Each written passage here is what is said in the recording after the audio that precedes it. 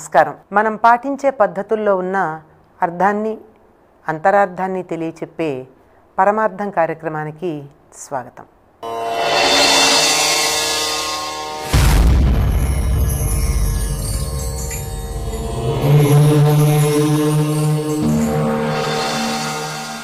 భారతదేశంలో ముఖ్యంగా దక్షిణ దేశంలో అందులోనూ ఆంధ్రదేశంలో గుమ్మం ఉందంటే గుమ్మానికి పసుపు పుయ్యకుండా ఏ గుమ్మం కనపడదు.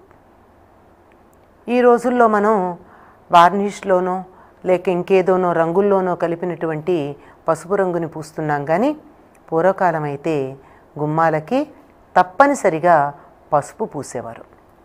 ఎందుకు అంటే పసుపు క్రిమిసంహారకం.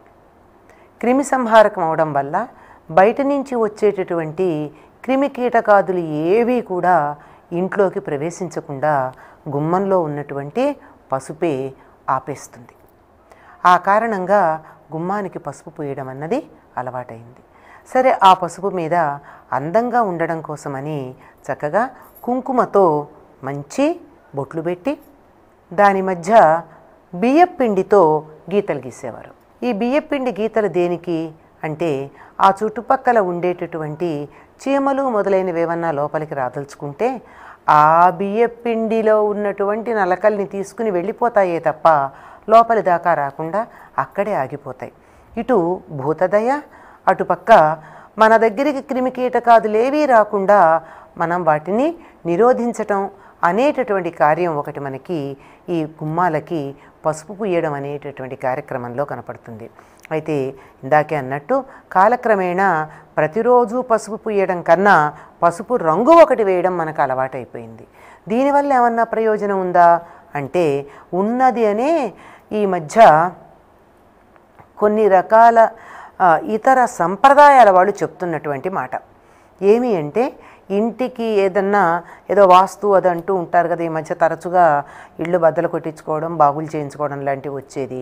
ఏదో ఈ గదిని గోడ పెడితే మంచిదండి, ఇది ఇలా పొడుగైపోయింది అంటేట ఈ చైనా వాస్తు ప్రకారం ఏం చేయొచ్చుటంటే అక్కడ గోడ ఏం కట్టక్కర్లేదు, నేల మీద పసుపు రంగుతో ఒక గీత గనక గీసేసినట్టయితే అది వేరైపోయినట్టేట. అంటే ఆ పసుపుకున్నటువంటి మరొక లక్షణం ఏమిటంటే దేన్నన్నా మనం విడదీయాలి అంటే ఆ విడదీసే లక్షణం ఉంది. పసుపులో శుభప్రదమైనటువంటి ఒక ఆకర్షణ శక్తి ఉంది. పసుపు అమ్మవారు నేను ఉంటాను అని చెప్పినటువంటి స్థానాల్లో ఒకటి. సాక్షాత్తు పసుపుని మనం గౌరీదేవిగా, లక్ష్మీదేవిగా భావిస్తాం. అందుకే పసుపు కింద పడ్డా వీలైనంతవరకు పడనీయం. ఒకవేళ పడినట్టయితే దాన్ని కళ్ళకద్దుకుంటామే తప్ప కాలితో తొక్కడం కానీ పక్కకు తొయ్యడం కానీ చెయ్యం.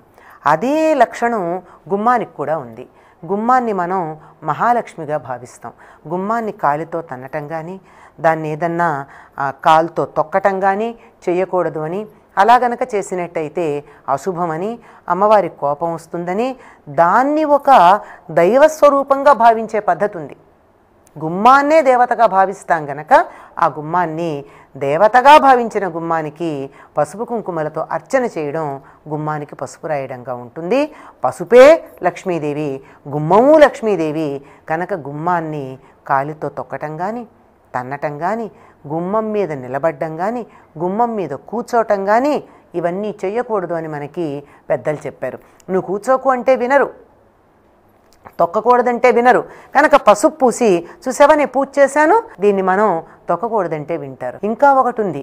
ఇంకా కొన్ని ప్రాంతాల వాళ్ళు ఏం చేస్తారంటే సంధ్యా సమయం కాగానే గుమ్మాన్ని ఒకసారి తుడిచి పసుపు రాచి కుంకుమ పెట్టి గుమ్మం మీద దీపం పెట్టే పద్ధతి కూడా ఉందండి. తప్పనిసరిగా సంధ్యా సమయంలో ఒక అద్దం కూడా పెడతారట. అవన్నీ పెట్టి పసుపు కుంకుమ అద్దం పెట్టి అంటే అలంకరించుకోమని లక్ష్మీదేవికి చెప్పడం అన్నమాట సాయం సమయంలో. కనుక గుమ్మానికి పసుపు రాయడం అన్నది ఆరోగ్యరీత్యా మన సంప్రదాయ పద్ధతిలో ఒక మంచి సంప్రదాయం నేర్పడానికి పనికొచ్చేటటువంటి ఒక గొప్ప విశేషం. కనుక గుమ్మాన్ని మనం లక్ష్మీదేవిగా భావిద్దాం. మన ఇంటికి లక్ష్మి తప్పకుండా వస్తుంది.